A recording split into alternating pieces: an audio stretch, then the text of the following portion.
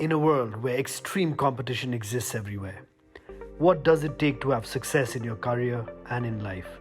Join me, Nirvana Chaudhary, as I sit down with some of the most successful individuals to discover the secrets to their success, what continues to drive them, and to hear a few exclusive stories in the process. What drives them and their success code, their mantra for making it bigger.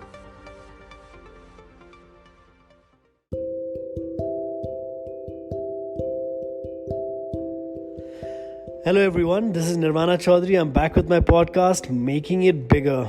Today I have with me Sakar Pudasaini. He's come back from America ages ago. While he's still connected to America, teaching as a faculty in some of the biggest top-rated universities there, he's come back to Nepal and he's just making an absolute massive change in the education sector in Nepal. Before I ask him more about his initiative, Karkhana, welcome to the show. I just want to start off my podcast by asking you, what is your success mantra? What is it that really drives you? For me, it's that my work has to be interesting. If something intrigues me, then I know I'm going to put hours into it. I'm going to redo it. I'm going to refine it. So for me, it's all about what engages me, what interests me, what challenges me. Okay, tell me the story of Karkhana. Well, I think the story of Karkhana starts with me being bored, and so I was working as a computer engineer. That's what I studied, and actually in 5th grade I started a computer club in my school, and I thought I wanted to be a computer engineer. I did. This is in America? No, I studied in Darjeeling, and then I went to the US when I was, for +2, sort of that age. And after I graduated, I went to Johns Hopkins. After I graduated from there, I worked as a programmer, and I liked it for a few years, but then I got bored out of my mind. And people kept telling me, wait, once you are like at a deputy CIO level, or, wait a little bit, right? Like work gets more interesting when you're more senior. So I waited around a few years until I was working closely enough with the top of the chain that I could see what life would be like if I put in the next couple of years. Right. And then I decided, this isn't for me. And I didn't know what I would do with my life. And partly coming back home was a chance to connect with my parents, but also a chance not to have to pay rent, Take a little bit of time. Which year was this? I came back in 2011, and I wasn't sure what I wanted to do. But after I came back, I just began looking around and began to wonder, what is needed here? And my interest drifted towards education because it really felt like that's the foundation, Like so many of my friends who are entrepreneurs who own large corporations are always complaining, skilled मान्छे नै छैन, होइन? I'm sure you guys have similar problems across your enterprises. And so that's sort of how my attention drifted towards education. I actually started working with college kids first, and then I realized that's too late. And then I started working with +2, and then I realized that's too late. And I kept going down the chain until now. I really love working with like 3rd to 8th grade students because that seems to be the age where you can really get in their heads and shape them and stretch them and all of that. It's incredible. I think, one of the biggest contributor to economy, as we know, is the money remittance that comes in, right? Almost 28% of our GDP. And, there's a discussion we have within our company as well that a lot of the youth migrating out, and at peak, just pre-COVID, it was 1,500 youths were leaving the country every day, right? Yeah. We realized that at least 30% of them did not have the skills that they were going to the job they were going for. So we wanted to set up a polytechnic because, we had this industrial state. We could train them for carpentry, welding, metalworks, etc. so that we would give them a proper certified diploma, which would then, when they went to, let's say, any part of Middle East, immediately they would start earning 20-30% more, okay? Yeah. Because eventually that number would come back. Absolutely. to our economy. Absolutely. Right? Yeah. So I mean, I strongly feel that there needs to be far more emphasis on skills, all of that. So with Karkhana, that's what you're trying to achieve. Are you using a digital platform for it? What is the story? Right. So, it's interesting because when I look at vocational education, it's actually kind of badly done, right? If you look at sort of self-driving cars, or you look at this whole sort of emerging fourth industrial revolution, bits and atoms, combined economy, this idea that there are some people who are intellectually sound and some people who are technically sound is thrown out the window, right? You don't want to have a vocational school that's different than getting people into college. Yeah, we still need lots of carpenters, we need lots of welders, but if you look at a factory floor in large parts of the world, people are combining some level of tech skill with some level of machinery skill. Robotics. Absolutely, right? And so, one of my things, the reason I picked the name Karkhana actually, and I have to shout out to my father, he's the one who picked it, right? If I don't do that, I'm going to hear about that at home.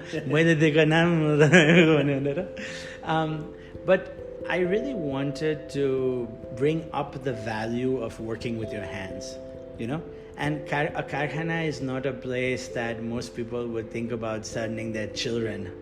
And so I actually workshop, like a workshop. It's dirty. It's a water town, It's like that.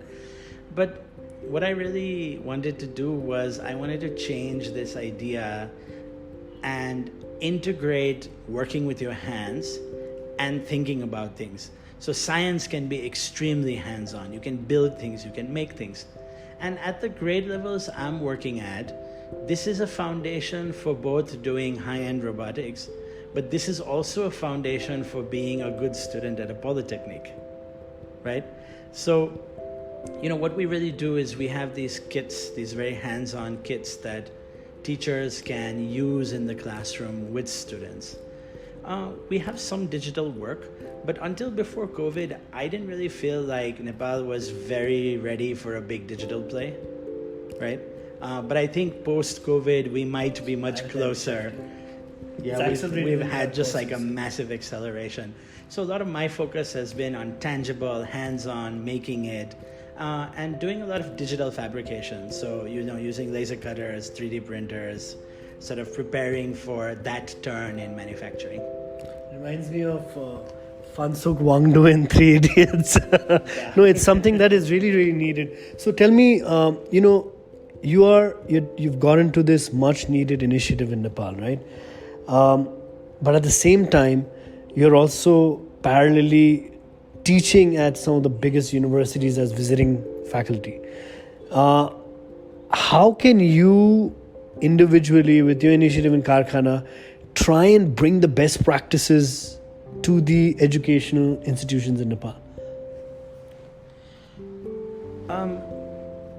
Yes, so I have taught a couple of classes for NYU in Shanghai and Abu Dhabi, and what I actually do is I teach a class called Making Education, where actually I'm taking a lot of the best practices that my team in Nepal is evolving, right, for doing low resource hands-on education and sharing it with students outside. So it's actually a bit of a flip, But at the same time, I think you raise a really important question, and sometimes I feel frustrated because I think the dissemination of what we are doing and what we've learned hasn't been as rapid as I'd like it to be. And I think partly it comes down to two things. Partly it comes down to parents needing to understand why this stuff is important, because often we're stuck in valuing what was important in our time. Yep. Right? Yeah. And the second piece of it, I think, is that sorry, I lost my train of thought there. So the second piece of it, of course, is that we don't have very many structured ways to get this knowledge to teachers.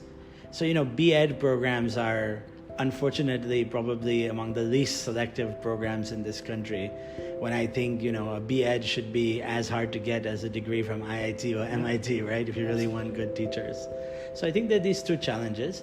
But what we are doing is, we have these kids, we think of them as training wheels, right? So even if we can't teach you how to ride the full bicycle, with our kits, with our material, at least you're getting a hang of how to go about doing more hands-on, more creative education. So, in Nepal today, please correct me if I'm wrong, there are about 30,000 public schools. Yeah. Now, the definition of public school is even if there's a table and a chair under a tree, that is also considered a school, right? I've always had I've always been intrigued and inquisitive and impatient that we need to do something to reach out to those 30,000 public schools. How does what plans does Karkhana have to reach to the bottom end of the pyramid, the masses, the 3 to the 8 class students at the mass level? Because to me, that's the future. If you don't come from ground up, going to a couple of private schools here and there, training them is just maybe a drop in the ocean, right? So how is Karkhana looking at that aspect? Well, the first thing to say is that innovation diffuses, right? You do have to start, you do start with the expensive Tesla and then get to a world full of electric vehicles, right? So I don't think that we should necessarily dismiss that initial private school market. They're very important. They help us innovate. At the same time, you're absolutely right that we do need to reach out to 30,000. So here, I think the most obvious way to do this is through the state, right? I mean, they're the ones with the money, with the reach, by convincing them to do a mix of policy change, policy implementation. But, we're not just waiting for that. We actually last year got a contract with the Kathmandu metropolitan city, where we are piloting 19 maker spaces in 19 public schools in the city. And a really big thing is that here is really, I think maybe something you know a lot more about than me. It's about scaling and reducing the cost of goods, right? And so that our material, whatever they cost now, they would cost half as much if we were really able to get them into a larger market. And I think that in itself is one way of reaching the bottom of the pyramid, is if something costs 5 rupees and you can get it down to 2, suddenly a lot more people, a lot more local governments are able to consume that, right? So I think that's one really important way to move forward. Right. Absolutely right. Yeah. Tell me,